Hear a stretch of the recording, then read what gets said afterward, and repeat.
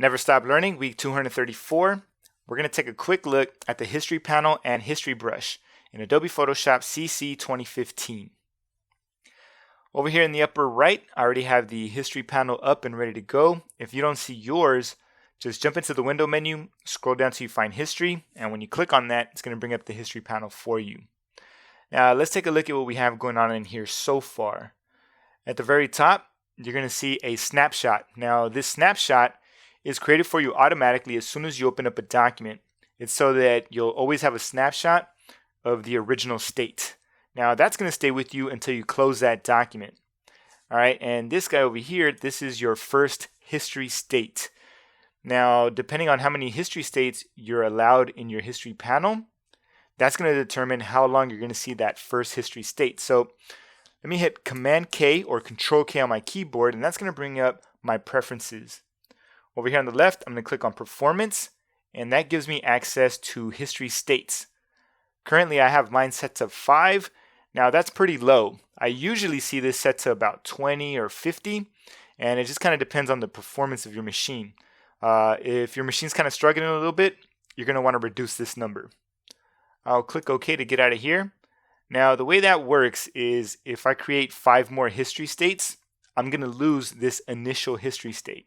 And that's why this first snapshot is so important. And you'll see how it comes into play in a little bit.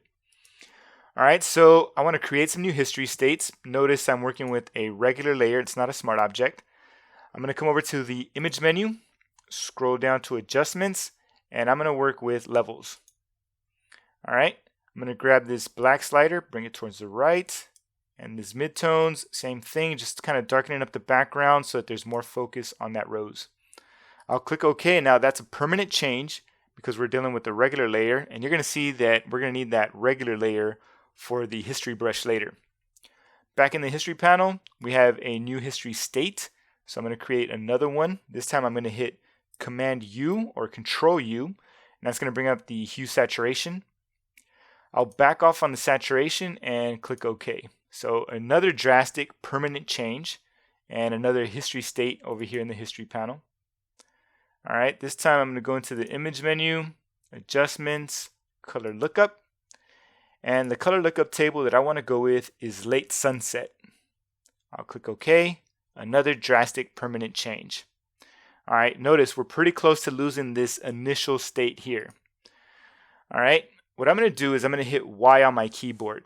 That's going to activate the history brush. Notice my cursor changes up, and over on the left in the tools panel, you'll see the history brush icon is activated. All right, I'm going to click and drag, just start painting into my document, and you see some changes happening here.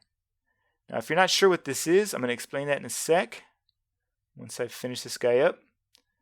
All right, I'm going to release. Over here in the history panel, we created a new history state. All right, so what's going on here is, notice this icon here. It's the history brush icon. That's going to set the source for the history brush. So basically what we're doing is, this is the source, and we're adding that to our state, which is going to give us this new image here. All right, so again, the way this works is, let's say you want to bring back the flower from the levels. All right, I'm going to click on this guy here because this is our current state.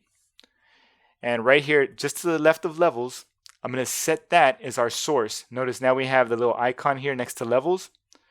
So when I click and drag in here where this rose is, we're bringing in that rose from that levels change.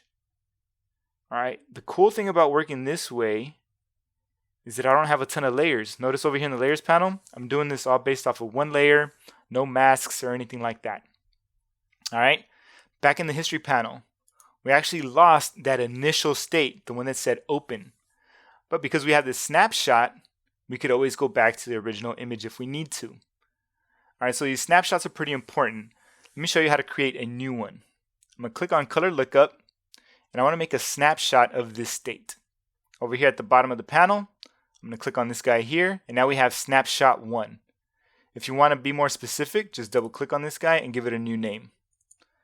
All right, next I want to show you guys another way to work. All right, so I want to create one based off of this hue saturation state. I'll come back down here to the bottom, but before I click on it, I'm going to hold down Alt or Option, And when you click on it, it's going to give you this little dialog box here. So you could name it whatever you want. So I'll name it Hue Sat. And then you get more control because over here you could create this from either the full document, merge layers, or current layer. All right, I'm going to leave it set to full document. Click OK. And now we have this new snapshot over here at the top. All right, we have some more options over here in the flyout menu. I'm going to switch over to history options. This first one's already checked for us by default. Automatically create first snapshot. And that one's really important. It's the one that created the original state for me. So I'm going to leave this guy checked. Next we have automatically create new snapshot when saving. So that means whenever I save this document, it's going to automatically create a new snapshot of that state. It's also going to timestamp it for me. Next, I want to turn this guy on over here. It says show new snapshot dialog by default. So that means I'm not going to have to use my modifier anymore. And I'll show you how that works next. I'll click OK. When I go back into the history panel, I want to make a new state for levels. I'm going to hover over this icon and click on it. Without hitting the modifier, I get this dialog box here, and I could name it a specific name to kind of keep things in order for me. I'll click OK to accept that. Now, if you don't want that in your workflow, just go back into the flyout menu, then choose history options, and turn this guy off. Now this guy over here, automatically create new snapshot when saving. I'm going to hit Command S or Control S on my keyboard. Notice it creates a new snapshot for me and I get a timestamp. If you want to rename it, remember you can just double click on it, give it a new name. That way you stay nice and organized. And there you have it, folks. That's a quick look at the history panel and history brush in Adobe Photoshop CC 2015.